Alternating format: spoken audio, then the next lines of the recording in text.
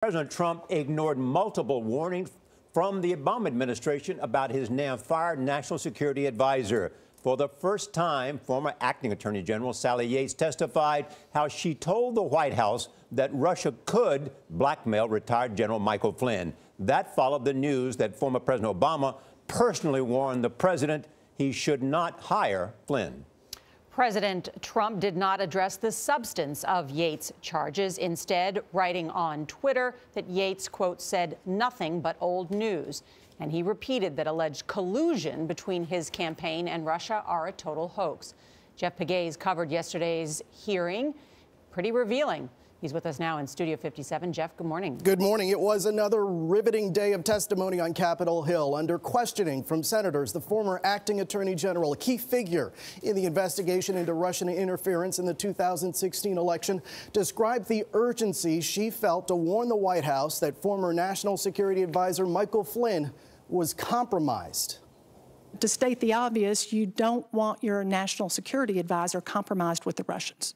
Sally Yates says she had two separate meetings and a phone call with White House counsel Don McGahn about Michael Flynn's conversation with the Russian ambassador Sergei Kislyak. We were giving them all of this information so that they could take action. Investigators had intercepts of the contacts, and Yates says it was clear to her that Flynn had misled the vice president, leaving Flynn vulnerable to blackmail. The Russians also knew about what General Flynn had done. That created a compromise situation, a situation where the national security advisor essentially could be blackmailed by the Russians. But despite her warnings in late January, the White House waited more than 2 weeks to fire Flynn. Mr. McGahn asked me whether or not General Flynn should be fired, and I told him that that really wasn't our call. Republicans on the committee expressed concern to Yates and James Clapper, the former director of national intelligence under President Obama, that private data about Trump campaign officials was swept up in foreign surveillance. Did either of you ever request the unmasking of Mr. Trump, his associates, or any member of Congress? Yes, in one case I did. Clapper admitted he asked to unmask or reveal the identities of campaign associates in classified documents, but insisted Trump's team was not the target. My focus was on the foreign target and at the foreign target's behavior in relation to the U.S. person.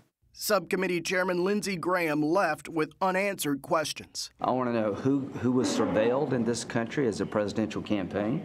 I want to know how incidental surveillance works. I want to know who unmasked, if there was an unmasking of General Flynn.